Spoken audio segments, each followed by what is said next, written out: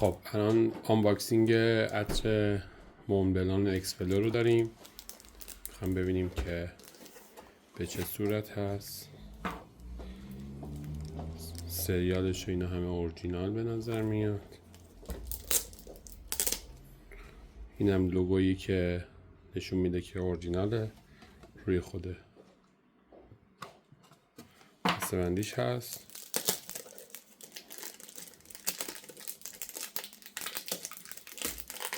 کم وحشیانه بادش کردیم، ببخشید، پاره شد. بسته‌بندی این زبری رو داره.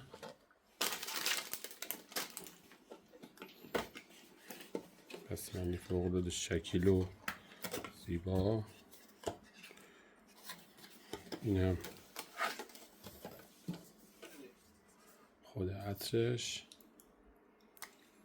درش هم مگنت داره و به به، دوتا بیس بزنیم. بسیار هم عالی. تا آنباکسینگ بعدی، خداحافظ.